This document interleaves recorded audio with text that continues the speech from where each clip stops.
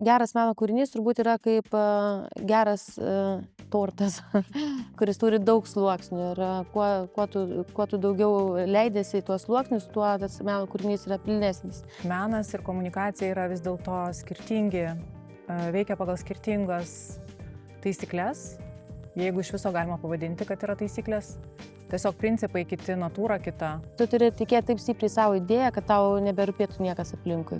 Ir vat, kai tas įvyksta tavyje, dažniausiai tas meno kūrinys ir paliečia. Menininkas atstovauja tą idėją, nes ta idėja neturi jokio kito fizinio būvio atsirasti mūsų lauke.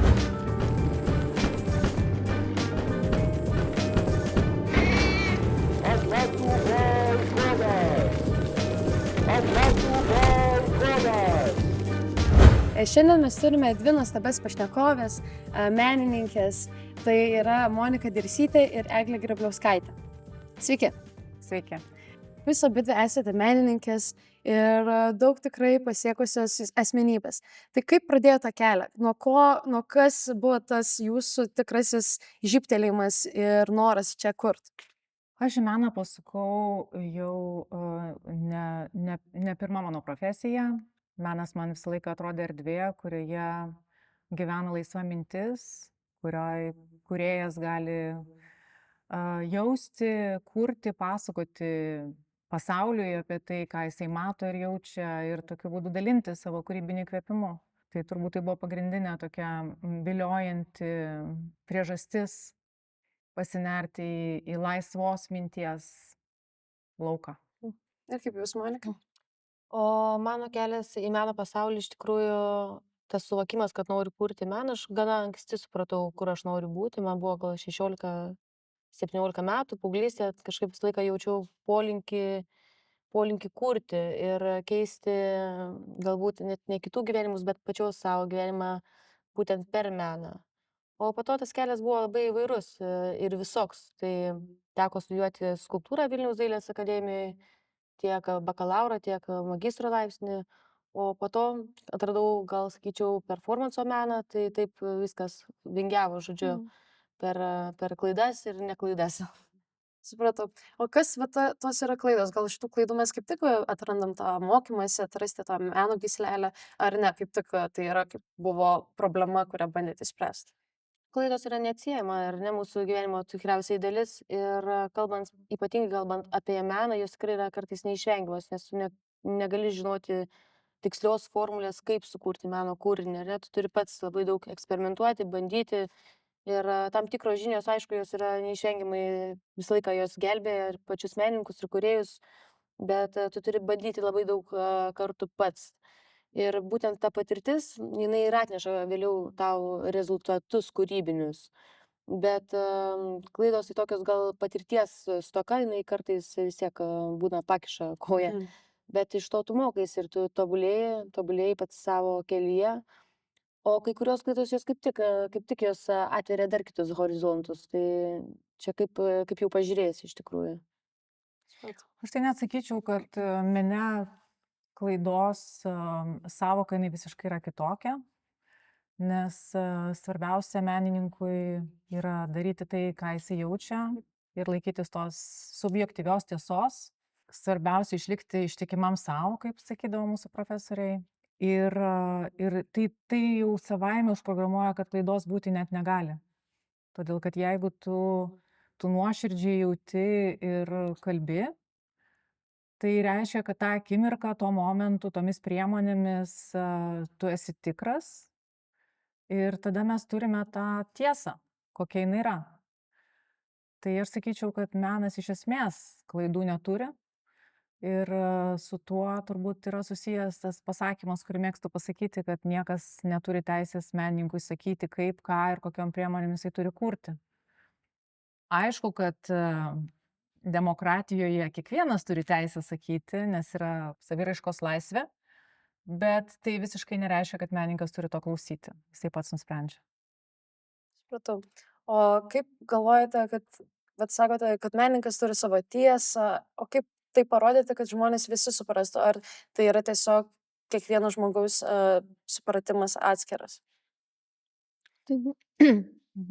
Tai vėlgi priklauso nuo pačio menininko, ką jis kūrė, kokį meną jis kūrė ir koks yra pačio menininko turbūt suvokimas apie jo paties kūrybą. Tarkim, man ypatingai pradžioje buvo gal sudėtinga kartais išartikuliuoti gerai, apie ką aš kalbu.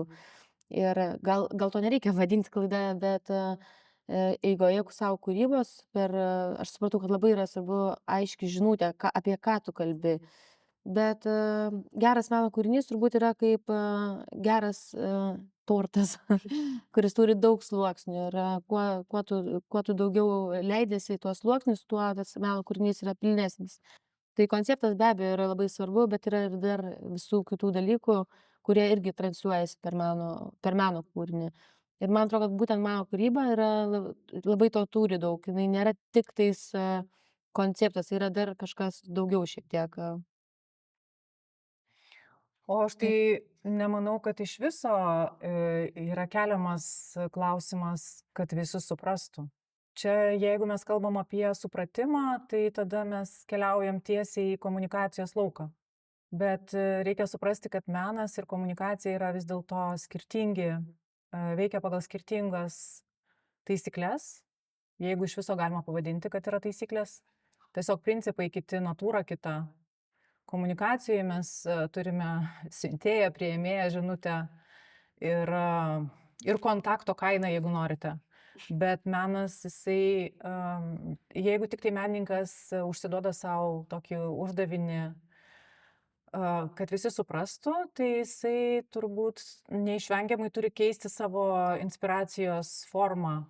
Ir kai tik tai jisai pradeda keisti dėl to, kad prisitaikyti, tai tada mes jau pradedame kalbėti apie kitą produktą, nebe meną, o reklamą, užsakymą, žinutės siuntimą. Menininkas gali kelti savo tokius klausimus ir tokius uždavinius, nes jisai laisvas daryti, ką jisai nori. Bet toli gražu menininkas neturi visiškai savo kvaršinti galvos, kas jį supras arba ne. Nes jeigu jūs norite sakyti tiesą, tai tada jūs tiesą ir sakote. O jeigu tik pradėte galvoti, kaip jinai bus sutikta, kas bus pagalvota, ar tai nupirks arba ne, ar patikės arba ne, tai tada mes prarandame tą meno dozę, kur yra tame mene. Kiekvienas menininkas giliai viduje žino, kiek meno yra jo kūrinyje, o kiek jisai prisitaikė. Ir žinoma, kad negalima savęs apgaudinėti, absoliučios tiesos, laisvės ir autonomijos nėra. Mes natūraliai prisitaikome prie aplinkybių, bet vis tik tai čia klausimas yra, ar tu taip nori daryti, ar tu esi spaudžiamas tam tikrų aplinkybių. Ir kai tik tai aplinkybės yra atsakymas, tai va čia tada mes pradedam prarasti meno dozę, kaip pradūrus kokį balionėlį. Ir tada meno kaip substancijos tampa žymiai mažiau.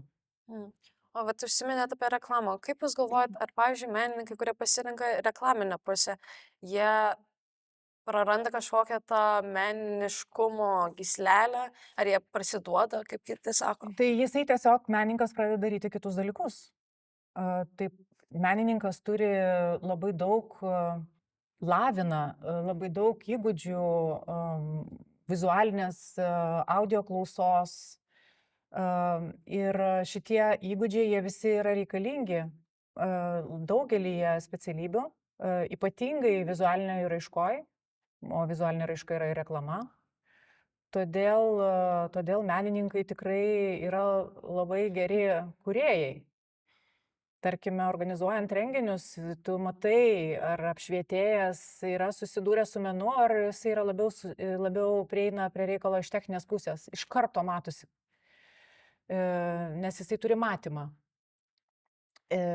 Bet tai, kad mes pradedam daryti kitus darbus, tai nereiškia, kad mes parsidavėme, mes tiesiog pasirinkome tuo metu daryti kitokį darbą. Bet ar tai yra meno kūrinys to autoriaus, kuris jį kūrė, tai tik tai tam tikra dalim.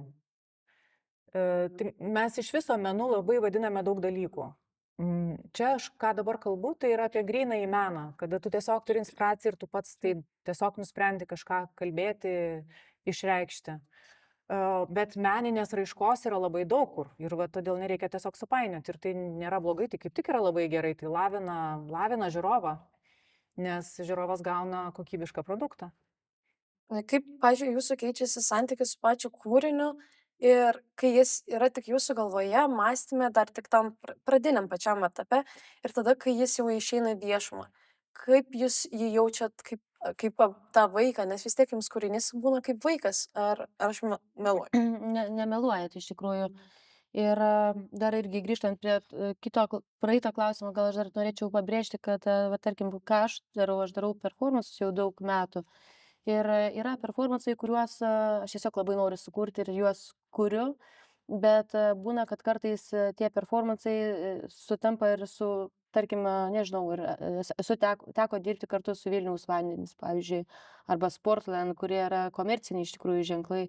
Ir vis tik aš manau, kad gali menas integruotis ir į tokį visai kitokį pobūdį. Tai mano labai yra tokia, sakyčiau, nuomonė, kad menas gali būti ir toks visiškai, kad tu pats sugalvoji ir tu pats darai. Ir tada tame yra labai daug magijos ir tokio iš tikrųjų tikrumo, bet aš nesakyčiau, kad menas gali būti tik taip.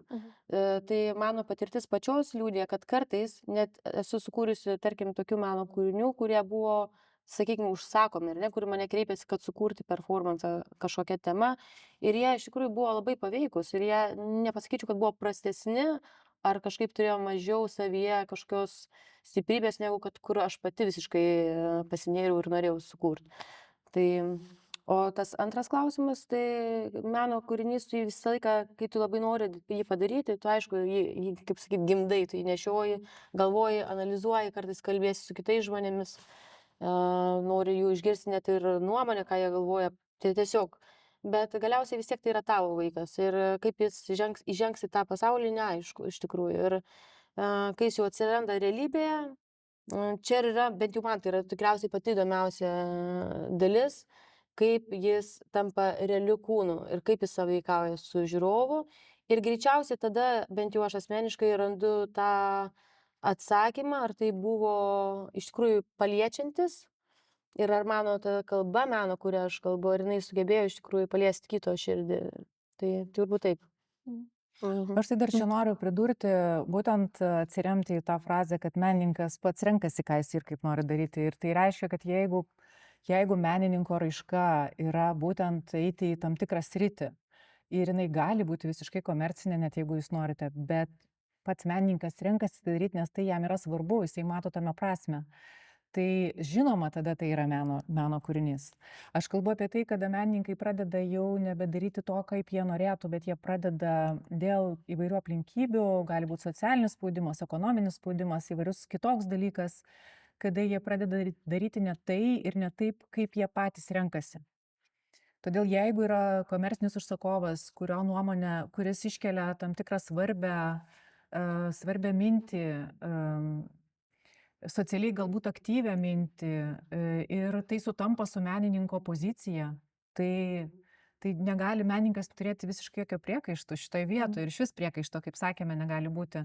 Bet tai tada lieka menu, dėl to, kad menininkas tuo metu jisai yra ir daro tai, ką nori daryti ir tiki. Tikrai pritarčiau. Jeigu už pinigus tau sakytų, kad reikia pasakoti kitus dalykus ir tu būtum prispausta gyvenimo aplinkybių, tai va tada tu turbūt kitaip žiūrėtum ir gal nebe tokie jau kūdikiai jie būtų, o norėtum vis kažkur padėti toliai stalčių. Ar ne? Tikrai taip. Pavyzdžiui, aš dažnai sulaukiu tokio pasiūlymo, labai dažnai, jau net jau išgirdus tą pasiūlymą, man tiesiog toksai iš karto atmetimo reakcija, bet žmonės gal ir ne visą laiką supranta, kas yra performanso menas. Ir jie dažnai paskambina jau su savo turima idėja ir jie manęs prašo, kad aš atlikčiau jų sugalvotą performansą, kaip jie jį vadina. Iš esmės galima viską vadinti performansu, tai čia aš jau bejėgė ginčytis ties šitom savokom, bet jo, tada yra tokios ribos, kurių tu jau nenori peržengti, nes tiesiog tai netitinka tai, kaip tu supranti, kaip tu jauti, ir čia tikriausiai pritarčiau Egliai, kad kiekvienas pasiūlymas, tu jį apsvarstai per savo vertybių kažkokią sistemą ir kaip tu suvoki, ką tu iš viso darai šitam gyvenime. Ir vėlgi, jeigu tavo tyrimo sritis, meninio tyrinėjimo sritis būtų patirti, ką reiškia daryti performansus, kuriuos sugalvoja kiti, ir kokių rūšių jie atsiras ir koks rinkinys čia pasidarys, tai irgi gali būti menininko kelias. Menininkas pasirenka, ką jam tyrinėti, ar ne? Tikrai taip. Tiesiog visai įdomu tikrai, pažiūrėti, į ką mane tai nuves. Visiškai gali būti. tikrai taip.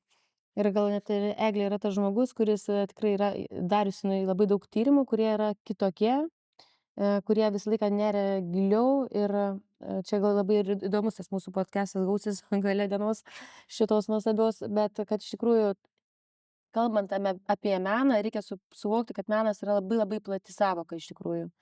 Ir čia vėlgi viskas yra, kaip sakyti, proto galios klausimas. Tai kaip tu sugebėsi pasakyti, ką tu darai ir apginti, ar ne, kaip tu sugebėsi išartikuliuoti, kas tas menas ir kiek jis gali peržengti net mūsų visų suvokimo šiandien sėdinčių ribas. O pavyzdžiui, kalbant apie, kaip ir sakiau, apie tos kūdikius, meno kūrinius, kaip jūs atsimenat tuos savo pirmuosius darbus? Kaip jūs atsimenat savo emocijas, vidinius išgyvenimus, kai pirmą kartą išleidote pasaulį, kad visi pamatytų? Aš tai truputėlį gal tą santykį su kūriniu, jisai tikrai keičiasi.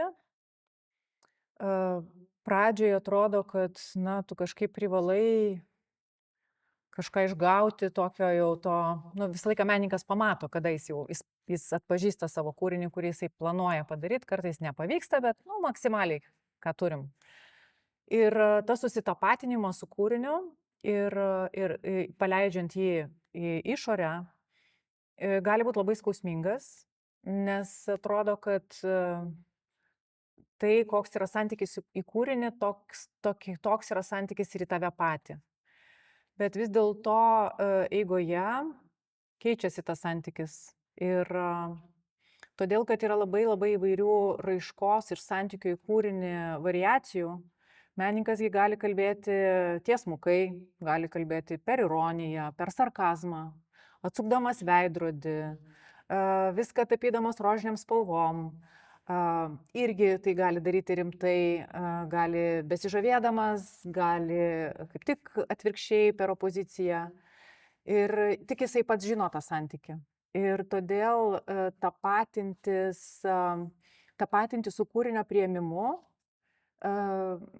menininkas, na, sakyčiau, yra čia toksai rizikingas kelias. Emociškai labai labai gali jisai nuvesti ne į konstruktyvią pusę. Nes dažnai menininkas kūrė kūrinį tam, kad stebėti, kaip jisai veiks visuomenę arba žiūrovą. O tai reiškia, kad negali būti užprogramuoto santykio. Ir jeigu yra nemėgstamas kūrinys labai stipriai, galbūt tai netgi tokia buvo intencija menininko pasižiūrėti, koks yra santykis.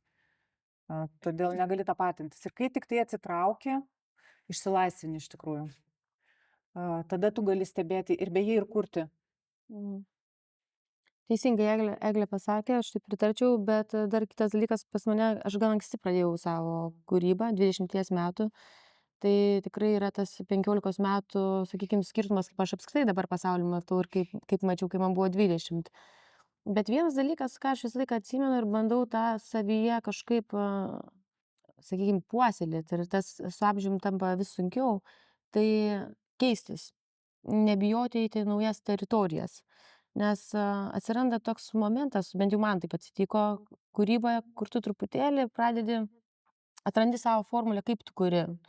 Ir kažkurioje vietoje tu gali taip ir tęsti, ir yra menininkų, kurie turi labai savo aišku braižą, ir jie taip tęsia, bet kažkurioje vietoje, man atrodo, verta visai pabandyti gal kitų kampų pažiūrėti ir kitaip daryti. Tai aš gal net savo pati ir linkiu, žinai, tokio jauniems žmonėms būdingo smalsumo neprarasti. Man atrodo, tas labai yra svarbu.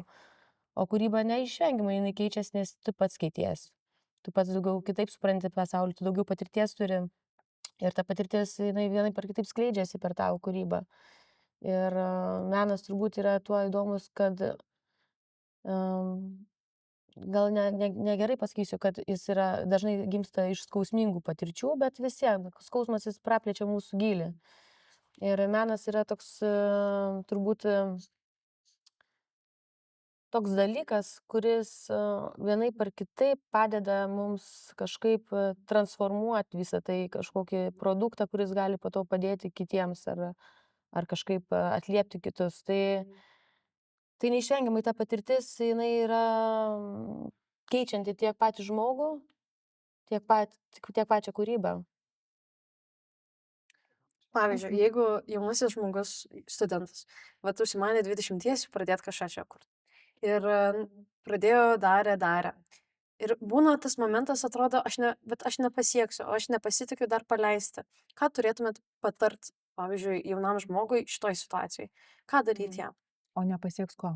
Kad neišleis to kūrinio. Pavyzdžiui, jis nepasitikė dar visom savo jėgom, kad paleistų to kūrinį į viešumą. Tai apie kokias jėgas mes kalbam, kad jam nepatinka jo kūrinys?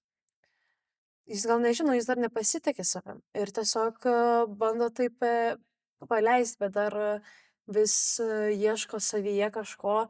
Ir vat klausimas, kaip atrasti tą kažkokią gyslelę, kad pasitikėjimo, stiprybės, kaip paleisti tą kūrinį. Čia man taip atrodo toks, pati susidūrus su nemažai studentų, kurie ypatingai, turiu Dailės akademijoje įkūnyto performanso studiją vadinasi, kur studentai pirmą kartą daro performansą ir jiems yra, matyt, aš suprantu, ką tu sakai, jiems yra labai baisu parodyti save ar padaryti kažkokį žingsnį. Bet čia, žinai, ne visi ir tampa menininkais. Tu turi atrasti jėgų patikėti savim visada gyvenime, nesvarbu kiek tau metų. Ir kartais tai yra sunku ir dabar. Kartais būna akimirkų, kur tu, visokių būna gyvenime situacijų. Tau kartais reikia jėgų iš naujo atsistot ir kurt. Ir čia negalioja jokie metai. Man tai taip atrodo. Tiesiog tu turi, jeigu nori pasiekti kažkokį rezultatą, tu turi tiesiog daryti dalykus. Kitaip neateis niekas.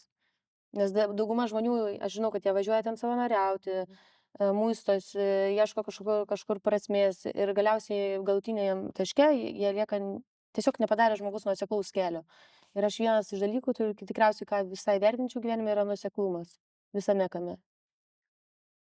Aš tai taip pat net sutrikau ir pagalvojau, kaip čia iš tikrųjų tas atsakymas į klausimą. Tai man iš vis atrodo, kad jeigu menininkas kūrė tam, kad pasiekti tam tikro įvertinimo, nesgi bijo paleisti, tai dėl ko? Dėl to, kad kažkas vertins, teisingai? Taip. Tai reiškia, kad mes kūrėme tam, kad gauti tą įvertinimą, tą patvirtinimą. Tai tada čia ta prieiga netokia. Pirmiausia, tai nereikia susitapatinti pačiam su savo kūriniu. Gal nereikėtų būti tokiu svarbiu, kad sakyti, kad šitas kūrinys yra aš.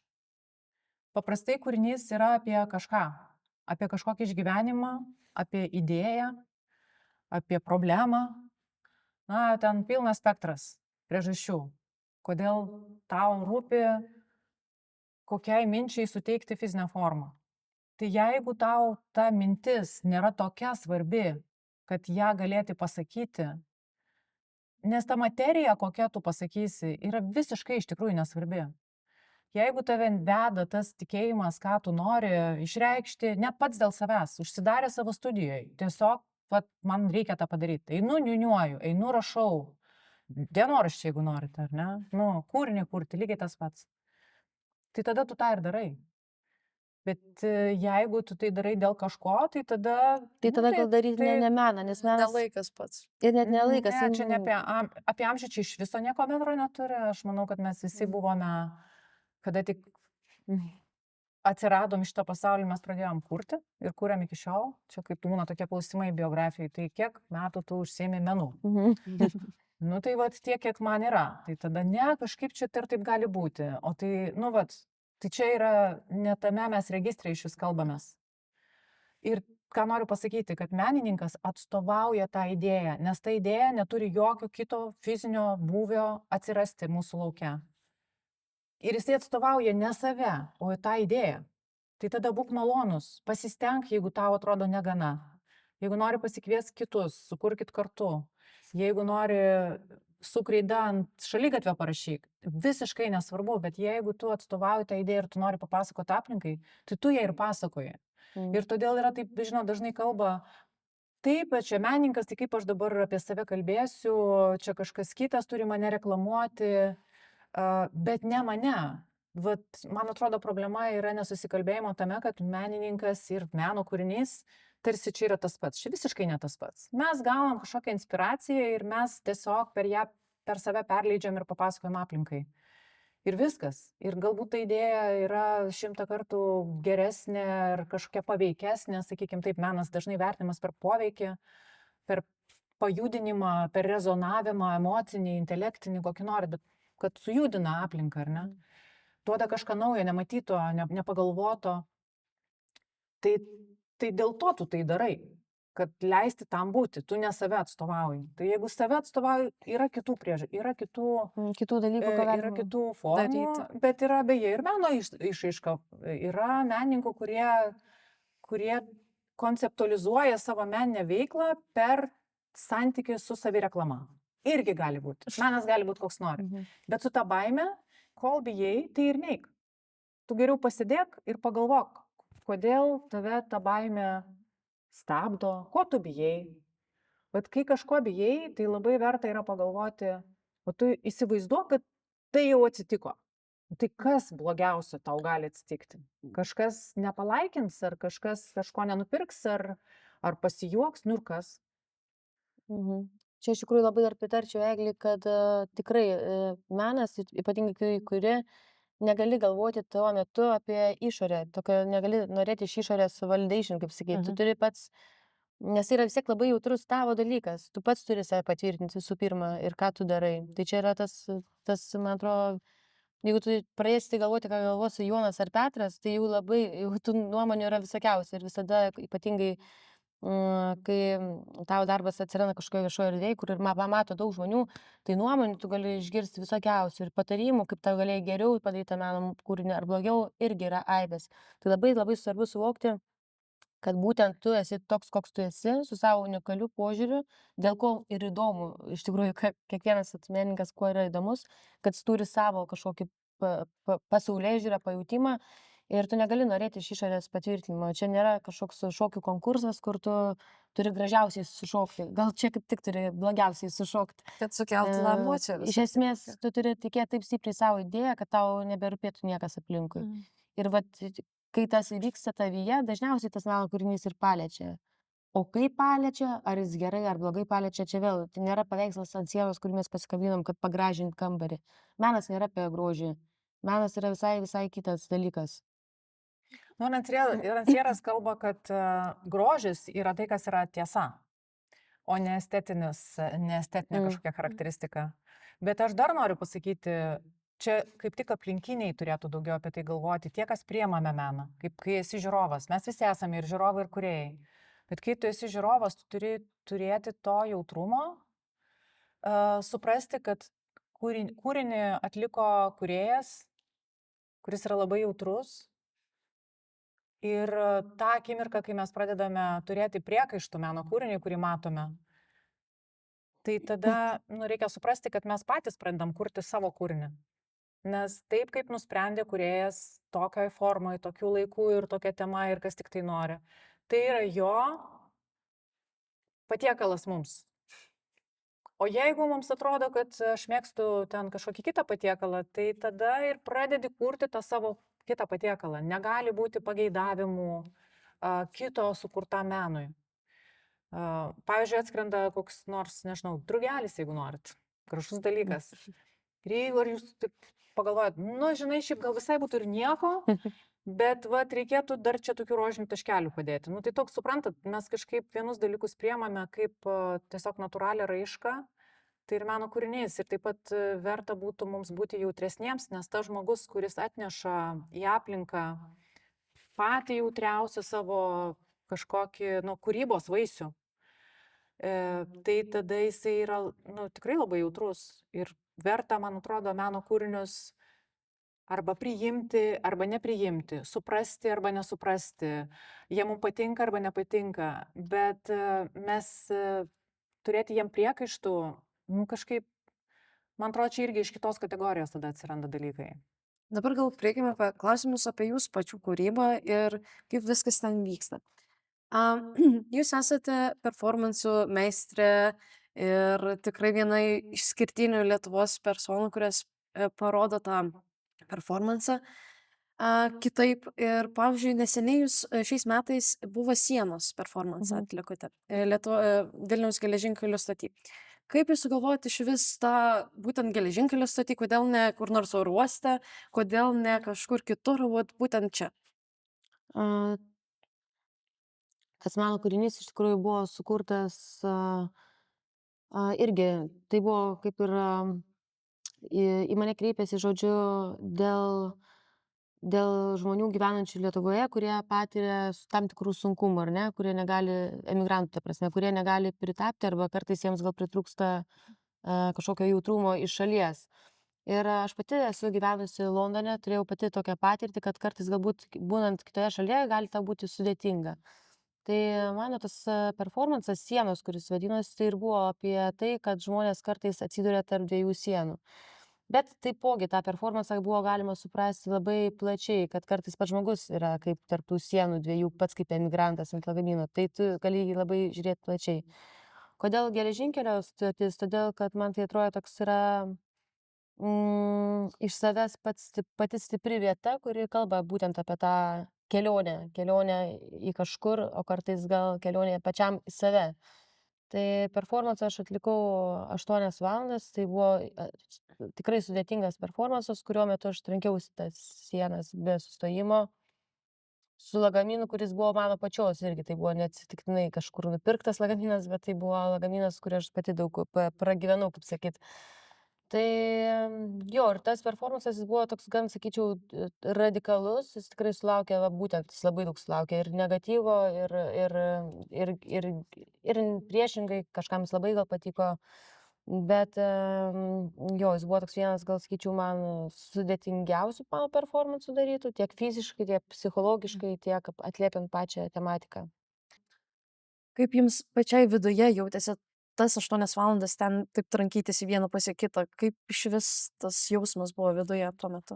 Kadangi jau tai nėra mano pirmas performansas, aš jau esu padariusi nemažai, tai mano toks gal kaip ir kūrybos jau kelias ir būdas. Ir matyt, tai yra jau susiformavę manyje pačioje, kad aš tiesiog panirsiu tam tikrą tokią, nežinau, meditacija, gal nelabai tinkamas žodis, bet yra tam tikra būklė ir toks nusistatymas, turbūt meninis nusistatymas, kas man jau yra tapę norma iš tikrųjų. Tai aišku, tai nėra lengva Mhm.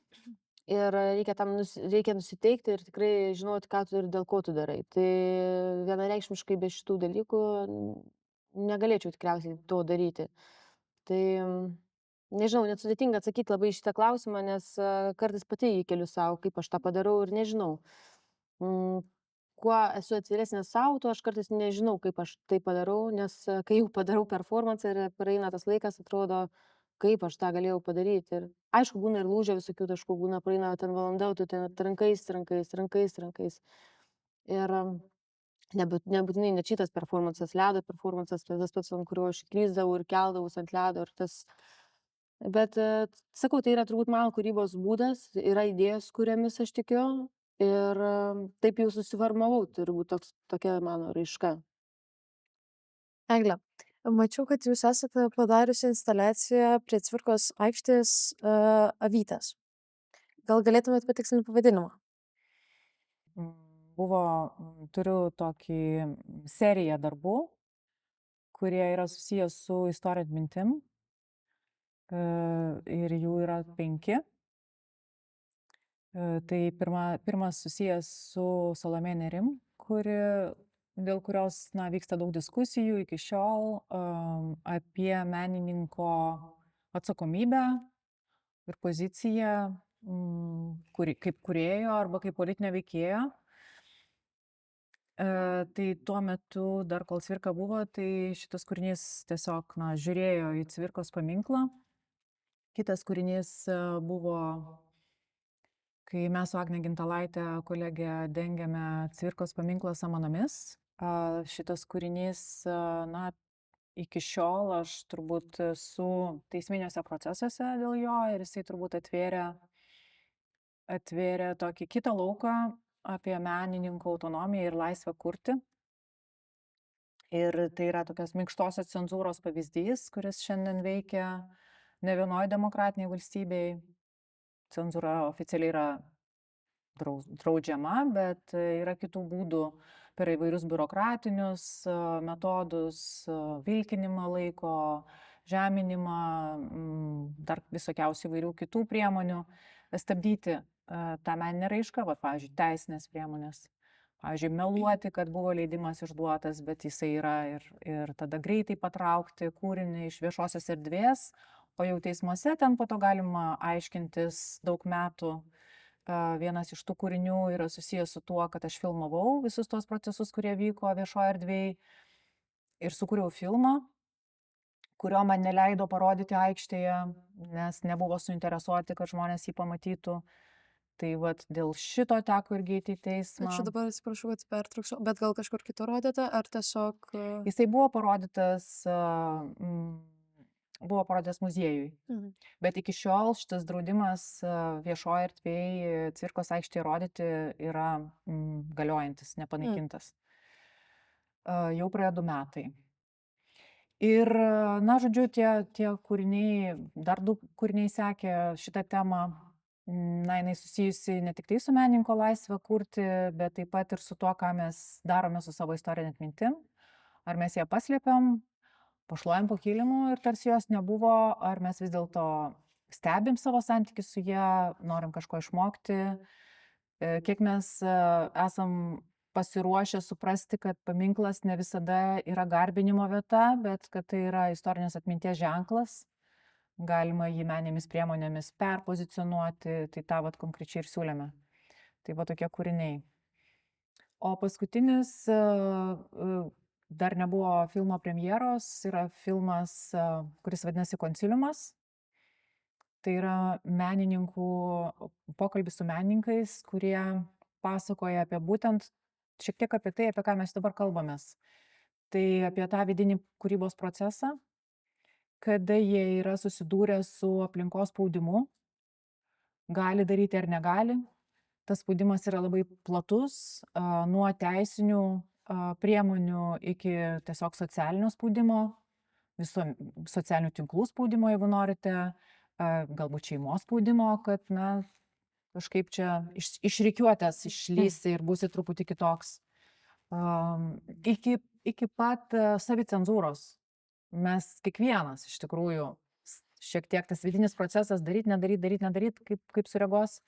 Ir mes dažnai tai tiesiog tai yra socialus momentas, nes mes kitaip negalėtumėm tiesiog veikti visuomenėje, ar ne? Mes suprantam, kad kažkaip reikia galbūt mandagiu būti, kažko neįžeisti ir taip toliau.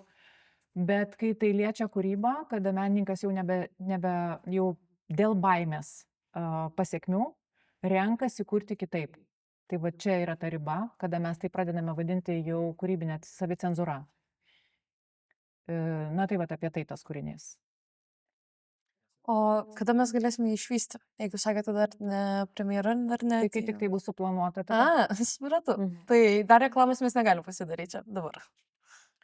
Nu, reklama kaip ir vyksta turbūt, tik tai datos nėra. Datos bus paskelbtos į gyvenimą. Supratau. Bet vat kodėl būtent Cvirkos tas paminklas, kodėl būtent aplink jį jūs kuriate tokius ciklinius savo instaliacijas?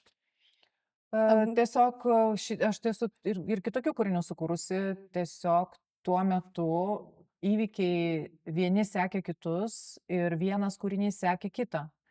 Tai kai pirmiausia buvo uždraustas kūrinys vienas, tada vyko teismas, viešas buvo, čia toksai tas kūrinys, nepamirškime, nebeprisiminti 21 metais. Ten buvo tokia šmeižto kampanija, žodžiu, kai baigėsi teismas, tada mes norėjome pranešti visuomeniai, tai kaip ten iš tikrųjų buvo. Tai padarėme tokį viešą kreipimąsi. Na, tada tas sekė nereakcija, tada sekė kitas kūrinys, na, bet tiesiog vienas iš kito jie rutuliojasi. Sakyčiau, čia toksai bendravimas turbūt su galios sistema ir bandymas suprasti, kaip jie reaguoja į tam tikrus, na, į tam tikrą, na, turbūt meninį poveikį ir kokių priemonių jie imsis. Ir įdomu tai, kad, na, imasi tokių, na, tokio gana plataus spektro. Ir labai daug pasako apie aplinkinius. Kiekvienas kūrinys kalba ir apie žiūrovą, labai daug. Ne tik skirtą žiūrovui, bet ir apie žiūrovą. Ir tai parodo, kiek daug baimės yra ir kiek mes, na, tiesiog susikaustom turbūt dažnai, nes esame žmonės. Žmogiška natūra yra pažeidžiama. Dabar, asamblėja kultūros, jinai irgi kalba apie tai, kad apie atsigręžimą į vertybės ir atsitraukimą nuo to tokio, žinot, noro savo interesus atstovauti, Ego žaidimų paprasčiausiai. melą, na, tokių dalykų, ne už kuriuos mes kovojame prie Seimo rūmų ir televizijos bokšto. Mes kovojame už laisvę. Ir demokratija, nu čia dabar labai jau taip skamba kaip lozungai, bet kartais reikia atsigręžti į lozungus, nes į juos yra įdėtas turinys, vertybinis turinys. Tai menas iš tikrųjų, meno veikimo mechanizmas, jis labai stipriai čia matomas ir dabar vykstančioje asamblėjoje, kad yra grįžtama prie galbūt pažeidžiamos pozicijos, bet vis dėlto tiesos sakymo, kad jau nebegalima, na, tiesiog tylėti apie tai. Ir kalbėti tiesiog. Ir čia menas gali parodyti labai daug galios, nes menas tiesiai eina į žmogaus širdį ir yra todėl labai paveikus.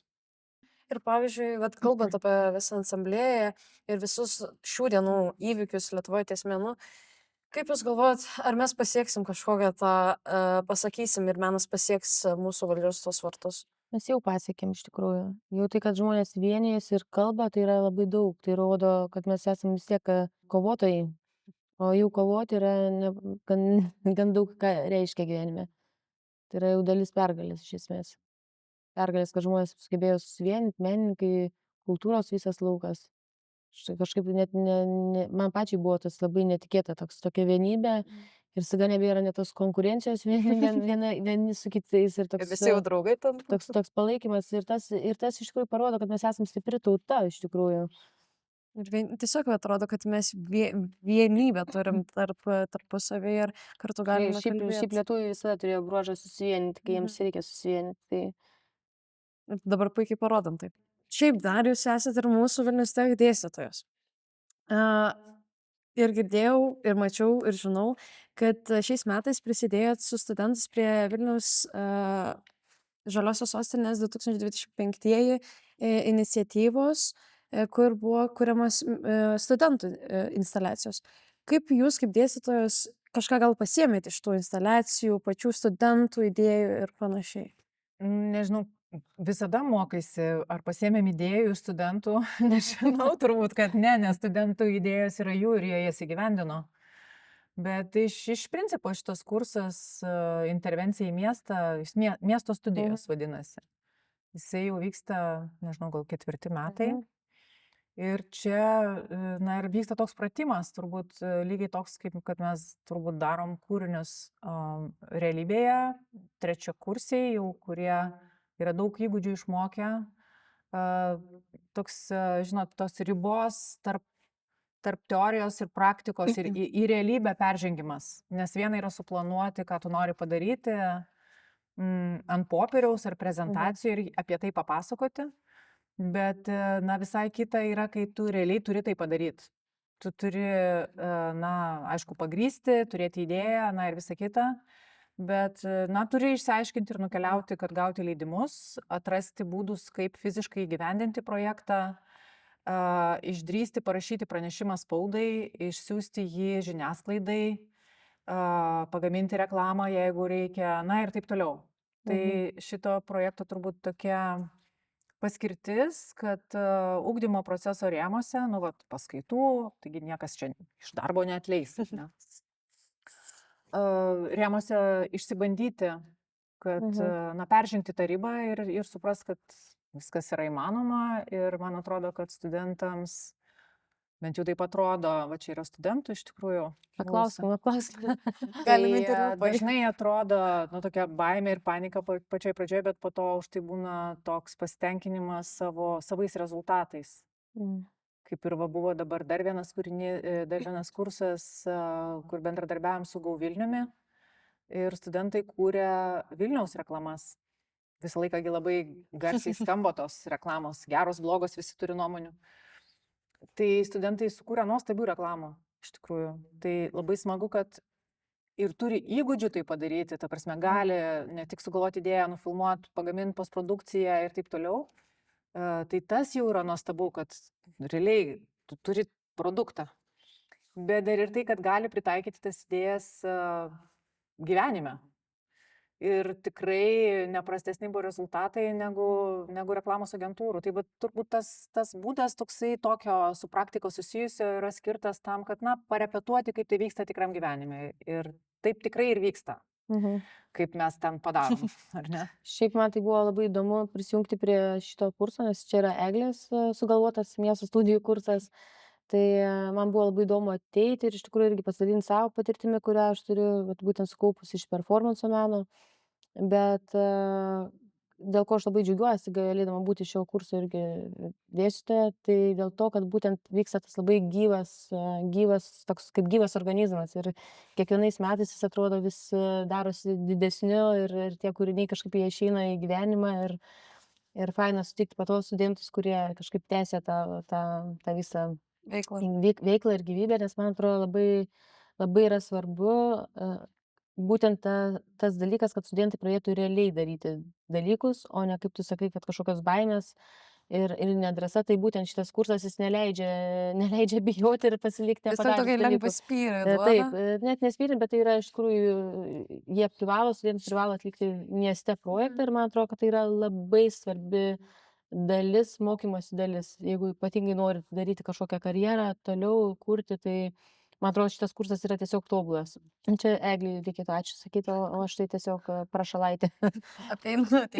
Aš labai džiaugiuosi, kad Monika sutiko prisijungti prie kurso, nes ji turi tokių savybių, kurios yra būtinai gyvybiškai reikalingos iš viso, kad ką nors padaryti.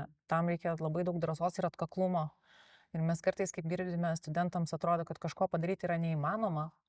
Tai mes taip sakom, jeigu žmonės sugebėjo nuskristi į Mėnulį, o jeigu ir nenuskrido, tai bent įtikinti, kad tai padarė. Tai kaip galima nesugebėti šito daikto pritvirtinti kur nors. Tai ir Monika savo pavyzdžiais rodo, kad viskas yra įmanoma ir reikia tiesiog ieškoti kūrybinių sprendimų. Ir taip pat dar labai svarbus momentas, kad svarbu, kad diegti tą ne tiesiog kažką padaryti, nes tai yra pramogų industrija, bet pramogų industrija kaip ir menas, menas priskiriamas pramogoms, ji yra labai galinga jėga, ji tikrai gali, minkštoji galia, ji gali tikrai pakeisti žmonių pasaulėžiūrą ir mąstymą. Ir uždegti, arba labai geriems veiksmams, arba net ir labai blogiems. Todėl žmonės, užsiima propagandą ir bando patraukti menininkus į savo pusę įvairiem politiniam kontekstam, arba kaip tik juos sukaustyti. Tai čia kūrybikai mes norim kažkaip, pataisyk mane, ar mes čia taip norim, bet man atrodo, kad norim. Aš kokias sutinku. Tai, kad žmogus tikrai galvotų, ką jisai gali su tuo įrankiu padaryti. Kad net tiesiog tuščiai padainuoti, bet, tai neša kažkokį turinį. Kad jie išeitų stiprią žinutę, stiprių konceptų, kad tai nebūtų ten tiesiog padaryti. Bet tikrai studentai tą ir padaro. Tikrai mes kartais Eglė mėgstam rašyti gerus pažymius. Taip, gerus pažymius rašom. Bet parašom dėl to, kad studentai gale dienos jie padaro gerus darbus ir tas labai džiugu. Kartais prireikia pasikankinti, nes ne viskas, kartais sunku gauti leidimus ar surasti vietą, kur padaryti, bet viskas yra įmanoma. Kai darai, viskas yra įmanoma. Svarbu daryti. Ir nieko nebijoti. Tikrai taip. Svarbiausias dalykas. Taigi, šiandien kalbėjome apie meną su Egle ir Monika ir tiesiog ačiū, kad klausėte ir iki kitų kartų. Iki kitų kartų. Iki.